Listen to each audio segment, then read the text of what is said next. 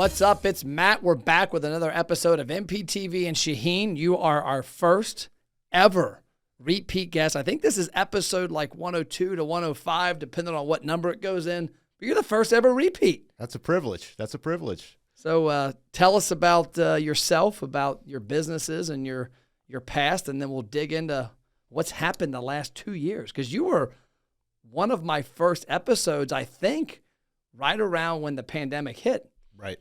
Yeah. Well, I've been in the industry as an owner for about 28 years. Started a brand called Burrito Joe's. Became a kind of iconic, brand in this downtown Cincinnati market and had big followers, and sold that off. And about 10 years ago, I opened up Simply Grand Cafe, which gave basically a brick and mortar to my catering operation, and located downtown Cincinnati in the central business district, and do a lot of corporate catering, or we did a lot of corporate catering. Did a lot. But it's coming back to a certain extent, but we're not seeing the large groups that we did in the previous years. Yeah. So I've been doing catering for about 16 years. So you know a little bit about it. Yeah, a little bit. Those taco bars you guys have done, because I've had those, unbelievable. Thanks. And did I ever tell you my George Vogel Burrito Joe story? The hot sauce one? Yeah. So I'll tell the viewing audience. So I interned at Channel 5 WLWT in Cincinnati, and George Vogel was the on-air guy. And I didn't know that they would, because back in the day, you would have these hot sauces on every table. Right. Different one on every table, yeah. Well, apparently there were some of them like 10X hot sauce. And so I'm like, 20 or 21. I show up with George Vogel, Kent Weaver, Rufus, and I go to the bathroom. We order our food. Like, we got you, Plep. I go to the bathroom. I come back. I take like one bite of this taco, and I think my head exploded. And I think it was you. Somebody was behind the counter. They're like, did you do that again to somebody? They're like, yeah. And you're like, yeah, quit doing that, man. You're going to hurt somebody. Yeah, that was probably Dave's Insanity sauce. Yeah, it was hot. We had to take it off the tables because people were getting hurt. You were basically Chipotle before Chipotle with Burrito Joe's. Pretty much. I mean, same type of concept. We basically opened about the same time the first Chipotle opened up in Colorado. And our flavor profile was very different, but the build-to-order thing was identical, really. And I think you were ahead of your time, because I think Cincinnatians weren't accustomed to that strong flavor. Exactly, yeah. I mean, nobody was doing that kind of thing. And now it's the only thing people do. Yep. Every new concept you see is a fast casual concept. Oh, it's all of them. Because people like to customize things. Yep. And I think we had a great thing going. It was an interesting concept, and nobody was doing the Mexican thing in Cincinnati, especially. Yeah. You had Chi-Chi's, and you had Taco Bell and Zantigos, and I remember Chi-Chi's. Wow, yeah, and that was about it. Then Don Pablo's came in, and you had a couple local places, but now you got all these different brands. You got Hot Heads and Qdobas and Chipotle and Independence, and then you have authentic Mexican taquerias. Dude, everywhere. Which are amazing.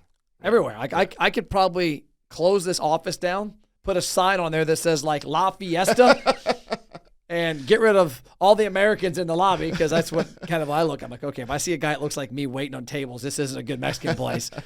And have chips and salsa, and I'd be lying out the door. Yeah. I love those family operating places where the food's authentic and, great service, great food, and they really care about their clients. Oh, they hustle. Yeah. It's hustle. Great to see. Yeah, that's why I joke. I'm like, you want to ruin a Mexican place, put my son as a server there. He'd be walking around eating the chips and not waiting on people. Yeah. So you were on, I'm trying to remember when the date was. We started filming MPTV the last week of February, early March in 2020. Mm-hmm. I think we filmed with you down at Simply Grand before everything hit. Right. It was right before everything hit. And a lot has happened. A lot has happened. So I think we've seen a shift in, especially the central business district, and the type of business that we can do. Yeah. You've got a lot of places that have been shuttered, and a lot of new concepts coming in and trying to do the delivery aspect and being a little bit of something to everyone at this point. But I think the real estate segment of it has changed, and people are not going into the office 5 days a week any longer. Yeah. So a lot of interesting concepts are going to come out of this in probably the next couple of years, I think. But somebody's got to break that code and figure it out, because at this point, most downtown businesses that depend on the central business Monday through Friday operation kind of screwed, are doing 60% of what they were doing, prior to the pandemic hitting. So, and you can't survive on those kind of numbers. Yeah. So going back to, you mentioned in there, people are offering a variety of menus. I was on a debate recently on LinkedIn. I say a debate. I commented on somebody's post because I didn't agree with what he said. He had put a thing about this Mr. Beast burger thing. And he had made the comment he made was basically put all the stats of how it had grown to $105 million and 1,600 restaurants. And I did the math, and I'm like, okay, that's like $40,000 a year in sales for the average place, because there's probably some places killing it. There's a lot of places not. And I'm all about focus with my brand. Like, what we do is really focused. And if I owned a restaurant, I would be pretty focused on what we do. Like, a friend of mine went to a Mexican restaurant recently and complained about the steak. I'm like, this isn't a steakhouse more. This is a Mexican restaurant. Get a fajita. Right. Just like I wouldn't go to a steakhouse and get a taco. And when I looked at this concept, and one of my thoughts to the guy in the post was, if I'm a restaurant, I have capacity in my kitchen, but do I want to spend a bunch of time to make 20 or 30 grand a year on something that's not what I'm known for and not what I'm set up for, and create these little ghost kitchens in the back there? Or do I want to maybe look at my business and figure out how to do it much better? What are your thoughts there? Oh, ghost kitchens, it's for me, it's a tough sale, because a lot of times you're depending on the third-party delivery. Yeah. Hot food on a third delivery party, it just doesn't work for me. Yeah. You never know when the driver is going to come pick it up. They can say they'll be there in 10 minutes, but might not show up for 45 minutes. I had a wing order come from Quaker Steak and Lube, one of my favorite wing places here in Florence, hour and 45. Right. From when it was picked up at the restaurant. Like, the guy, I don't know, he went shopping or something. For me, that just doesn't work. Yeah. You have no way of communicating with the customer. That third party is the one who's communicating. They might call you at the restaurant, say, "Hey, where's my food?" Yeah. Well, I have no idea. Yeah.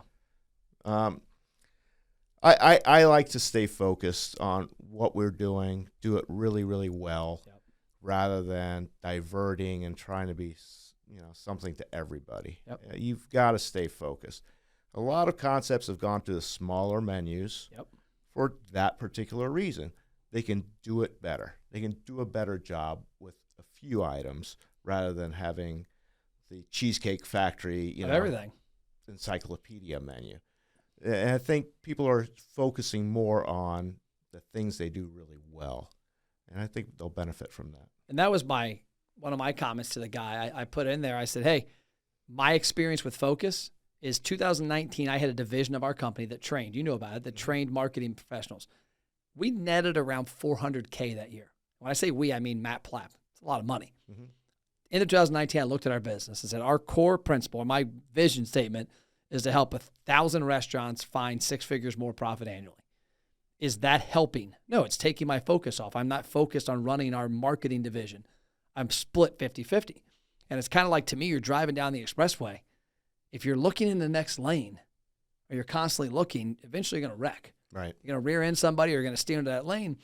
I look at these wide menus, or I look at somebody saying, hey, I've got XYZ pizza place, and oh, by the way, we also have Joe's Taqueria out of the back, and Joe's Burritos, and Joe's chicken tenders, and then we have Mr. Beast. And so that was, to me, the concept is like, you're not focused. Like, if you're not focused on what you're great, like why you started it and what you're great at, it's going to hurt everything. And in your short-term victory of that $40,000 in net profit that came in 12 months from, let's say, whatever ghost kitchen it was, it's not helping in 3 years. Right. I think the problem is that so many operators are struggling for sales that, you'll try anything at this point, because, for 2 years, you've sacrificed everything you've had. and you're just trying to survive. And if somebody's going to say, okay, we've got a brand that's proven that you can make an extra 30 grand, you might have to do it just to survive. Yeah.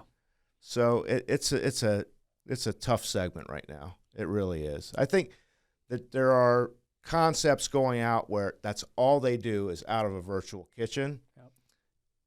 I think that's a better concept than trying to utilize your current brick and mortar, staying focused on your current business, and then trying to add another concept to it. That's tough because it's hard enough to train the people you have to do what they're supposed to do in your concept, rather than having somebody else's third-party concept, Oh, I agree. If you're a ghost, if you open up as a ghost and that's what you're doing, right, that's your focus. I think so. And your comment also leads. I made a comment to one of my videographers recently. We were at a restaurant, I don't know, 4 or 5 weeks ago, and this restaurant's menu was insane to me. I mean, I'm talking fish tacos, steaks, burgers, chicken tenders, wings, sushi. They had everything, even hibachi on the menu. Wow. And he's like, and I said, man, this is a disaster waiting to happen. He's like, why? I said, dude, you can't have a line cook back there, or an executive chef, or your kitchen staff that awesome at every single one of these. It's like me. My vision for starters, our restaurant I want to do in a couple of years as an experiment, as our company to do what we practice, what we preach, is 10 appetizers and 3 milkshakes. My son's like, why don't we do 30 milkshakes? I'm like, no, chocolate, vanilla, and strawberry. Period. It's not hard to do. Right. You can have a chocolate person, a vanilla person, a strawberry person. But I see restaurants that do these. They think they have to be everything to everybody. And that's got to be tough on a kitchen, right? Oh, just the inventory alone. Yeah. I mean, what if something doesn't sell? Then you're stuck with somebody's buying it a week after the product came in. Say it's a pork chop that no one buys because you're a steak place. Yep. That pork's probably gone bad. You're either throwing it out, or the cook that really doesn't know it's bad is gonna throw it on the grill and serve it. Yeah. In inventory right now with the supply chain, it's really hard to get stuff. So I would highly recommend reduce that menu size. Reduce it. And do what you do well. So let's talk about the last topic is third party and gig workers, because I just got off another webinar where that was brought up. And me personally, the thing that kind of gets me, I had somebody deliver Uber Eats to our house the other day that I almost brought my wife's gun to the door because I'm like, is this cat breaking in, or is this my food from Uber? It's a sketchy looking person. Yeah. And do consumers relate that with the restaurant? Because to me, when La Rosa's pizza guy shows up, he's wearing La Rosa's hat, a La Rosa's shirt. He's trained how to talk to me. He's professional. Everything goes good. When they third party sometimes show up, it can be a pretty rough situation. Yeah, there's no culture. Yeah. They're just dropping something off. Going however they want to go, when they want to go, and they've got this freedom of, I can work whenever I want to work now and dress whatever I want to wear. And, for me, that doesn't work. Yeah, it wouldn't for me if I had a restaurant. I want somebody who's, representing my food and my restaurant to represent, my company. Yeah. To deliver it, not some third-party guy that I don't know if, he's on drugs even. Yeah. So. I mean, I'm not sure. This guy showed up at my house, and I literally was like, Christy, where's your Glock? Because I think this guy's robbing us, and then he had our food. Not to knock these guys, because a lot of them do really hustle. Oh, yeah, and a lot of them can make a decent living. I've seen guys that do this and they do well. Yeah, but they hustle. I think you hustle at anything. Oh, you're gonna do well. Yeah, really. Yeah. And I just look at it from the brand, like you said, the culture. When La Rosa's shows up with pizza, when Grandma's delivers to my house, there's a certain expectation. Right. That kind of goes out the window there with it. Yeah. For me, I like to control things. Yeah. And if a third-party guy is not going to show up to pick up the food when I have it ready, I've lost control. Yeah. And I don't like to lose control. Okay, break time. Restaurant owners, you're watching MPTV, so you're obviously interested in increasing your sales and profits. But what if I told you could eliminate the hope and pray out of your marketing? You could spend money and actually see results. Most marketing starts with attention, like a billboard. The problem is that attention leads nowhere. That's why we created the ROI Engine Restaurant Program. We take attention and gain huge engagement, whether it's in-store or online. We help you build a database with deep customer information that's comprised of email, cell phone, and birthday. And then we drive them into the restaurant with trackable results. Yes, results you can actually see. If you're interested and want to have a conversation, check out restaurantmarketingthatworks.com. Worst case scenario, you get a lot of great ideas. Now back to the show. So we have a funny third-party story, but it's not food. It's not restaurants. It was Kroger. So Kroger has, in Union, they've turned their second Kroger into a delivery hub and all this. And so they had launched something new where, I don't know what they called it. It was back early on, click list and then something else. But you basically get your groceries delivered. Right. So my wife did it. And she had done it twice. And you can see on the app where they're at. And so she was being nice, and she would walk out and help them carry the groceries in. I'm not making this up. This is funny as shit, by the way. So she goes to the front door because it's coming down the street. They pull up, and they throw the groceries out the window of the car. They land in the driveway, and they leave. And she said she's like looking for cameras. Like, am I on a hidden camera show? What the hell's going on? And so they literally skirt out and go. And so she calls on her phone for an hour and a half with Kroger, and she's trying to figure out what happened. And they said they had a problem with some people that were doing it just to steal groceries. And so what they did was they got her list of like 40 items, and they had 2 people in the car, which I guess was supposed to be against rules. And they had 2 families, and they got the 40 items, but then they replaced them. Like, she had a case of water, they got a case of Mountain Dew. And to whatever reason they decided to stop by the house, maybe to think that they'd get away with it, was they just pulled up and threw like 6 items out the window instead of the 40 dropping off. And she calls me, she's like, dude, you're not going to believe what happened to me today. And she told me, like, you're bullshitting me. There's no way that happened. She's like, I swear to God, I wish I had it on camera. Insane. She's like, I was looking for drones, like I was on some kind of prank show. That's insane. That was my story there. Restaurant owners, did you know Matt has free online marketing courses that teach you how to successfully market your restaurant? Email support@mattplapp.com to get access to the courses and a free social media content calendar. So outside of business, I always like to ask people at the end of the podcast what their airplane mode is. What's their form of relaxation? That's a dangerous question in the restaurant space because you guys are the workaholics of the country. What does Shaheen do to maybe relax? Because the kids are grown now, right? Kids are grown, yeah. I've got one who's actually second year of teaching at a local school, and the other one's a junior at Miami. So is he playing like club soccer? No. He's focusing on his studies right now, and having a good time with the fraternities, and he's leaving for spring break on Saturday. So, oh, nice. Yeah, so he's trying to figure what he's going to do out here. He's got a good head on his shoulders, though. He's a smart kid. I like sports. I really enjoy sports. I love watching. I like the competitive nature. I like to watch people perform at a peak performance. Yeah. And my days of doing that are over, unfortunately. Same here. But especially Premier League soccer, I love watching that. You should buy that team. Isn't there a Russian team for sale? Chelsea's for sale. Yeah, Chelsea. Yeah. I mean, it's only $3 billion. I mean, you could probably do like a GoFundMe or maybe post on Facebook a PayPal link. I'll open a ghost kitchen. We'll fund it the next day. And you're also a big UC fan. Yeah. Went to UC, graduated from UC in 1990, and good stuff. We've had an exciting sports season in Cincinnati. Yeah. Hopefully the Reds will not disappoint this year. But I'm looking forward to getting out this summer to a game, getting a chili dog, like that, and a Coke, and sitting in the bleachers and enjoying Nothing like that. Nice day, sitting out there just relaxing and turning the phone off and just watching a ball game. It's good stuff. Good stuff. Well, I appreciate you being on. Thanks for having me. You're welcome. That's all we got for this episode of MPTV. What is your airplane mode? For Shaheen, it's some sports. For me, it's outside.